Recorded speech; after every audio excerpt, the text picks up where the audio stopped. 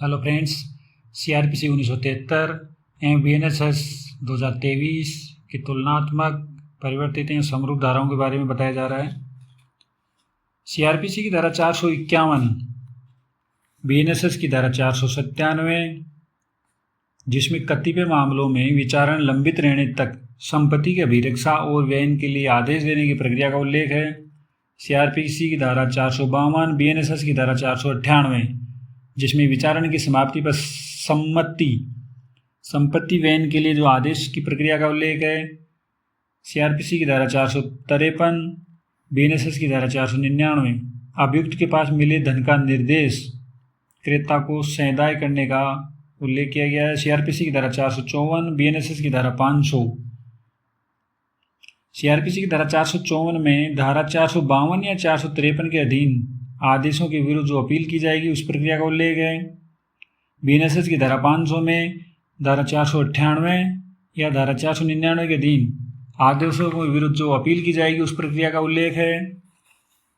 CrPC की धारा 455, BNSS की धारा 501, अपमान लेखीय और अन्य सामग्री का नष्ट किया जाना। सीआरपीसी की धारा 456, बीएनएसएस की धारा 502, जिसमें स्थावर संपत्ति का कब्जा लौटाने की शक्ति। सीआरपीसी की धारा 457, बीएनएसएस की धारा 503, जिसमें संपत्ति के अभिग्रहण पर पुलिस द्वारा प्रक्रिया। सीआरपीसी की धारा 458, बीएनएसएस की धारा 504, जहां 6 मास के अंदर कोई दावेदार हाजिर न हो वहां पर क्या प्रक्रिया अपनाई जाएगी उसका उल्लेख किया गया है। सीआरपीसी की धारा 459, बीएनएसएस की धारा 505, जिसमें विनिश्चर संपत्ति को बेचने की शक्ति का उल्लेख है। सीआरपीसी की धारा 460, बीएनएसएस की धारा 506, जिसमें अनियमितताएं जो कार्रवाई को दूषित नहीं करती। सीआरपीसी की धारा 461, बीएनएसएस की धारा 507, वे अनियमितताएं जो कार्रवाई को दूषित करती हैं उसका उल्लेख किया गया है। सीआरपीसी की धारा 462, बीएनएसएस की धारा 508, जिसमें गलत स्थान में कार्रवाई का उल्लेख है। सीआरपीसी की धारा 463, जिसमें धारा 164 या धारा 281 के उपबंधों का अनुपालन। बीएनएसएस की धारा 509, जिसमें धारा 183 या धारा 316 के उपबंधों का अनुपालन। सीआरपीसी की धारा 464, बीएनएसएस की धारा 510, जिसमें आरोप विरचित न करने या उसके अभाव या उसमें गलती का प्रभाव उसमें क्या प्रक्रिया अपनाई जाएगी उसका उल्लेख है। सीआरपीसी की धारा 465, बीएनएसएस की धारा 511, निष्कर्ष या दंडादेश गलती, लोप या अनियमितता के कारण उलटने योग्य होगा। सीआरपीसी की धारा 466, बीएनएसएस की धारा 512, जिसमें त्रुटि या गलती के कारण कुर्की का अवैध न होना प्रक्रिया का उल्लेख है।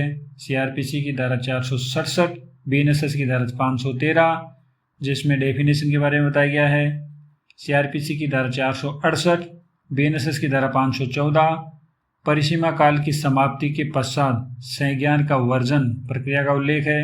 सीआरपीसी 469, बीएनएसएस की धारा 515, जिसमें परिसीमा काल का प्रारंभ कब किया जाएगा उसका उल्लेख है। सीआरपीसी की धारा 470, बीएनएसएस की धारा 516, जिसमें कतिपय मामलों में समय का अपवर्जन किया गया है।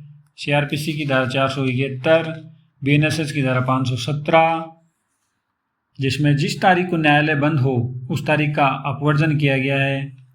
सीआरपीसी की धारा 472, बीएनएसएस की धारा 518, जिसमें चालू रहने वाला अपराध उसका उल्लेख किया गया है। सीआरपीसी की धारा 473, बीएनएसएस की धारा 519, जिसमें कतिपय मामलों में परिसीमा काल का विस्तारण की प्रक्रिया का उल्लेख है। सीआरपीसी की धारा 474, बीएनएसएस की धारा 520, उच्च न्यायालयों के समक्ष विचारण की प्रक्रिया का उल्लेख है। सीआरपीसी की धारा 475, बीएनएसएस की धारा 521, सेना न्यायालय द्वारा विचारणीय व्यक्तियों का कमान ऑफिसरों को सौंपा जाना की प्रक्रिया का उल्लेख है। सीआरपीसी की धारा 476, बीएनएसएस की धारा 522, जिसमें प्रारूप का उल्लेख है। सीआरपीसी की धारा 477, बीएनएसएस की धारा 523, उच्च न्यायालय की नियम बनाने की शक्ति का उल्लेख है। सीआरपीसी की धारा 478, बीएनएसएस की धारा 524, जिसमें कतिपय मामलों में कार्यपालक मजिस्ट्रेट को सौंपे गए कृत्यों को परिवर्तित करने की शक्ति का उल्लेख है। सीआरपीसी की धारा 479, बीएनएसएस की धारा 525 वे मामले जिनमें न्यायाधीश या मजिस्ट्रेट व्यक्तिगत रूप से हितबद्ध हैं उस प्रक्रिया का उल्लेख है।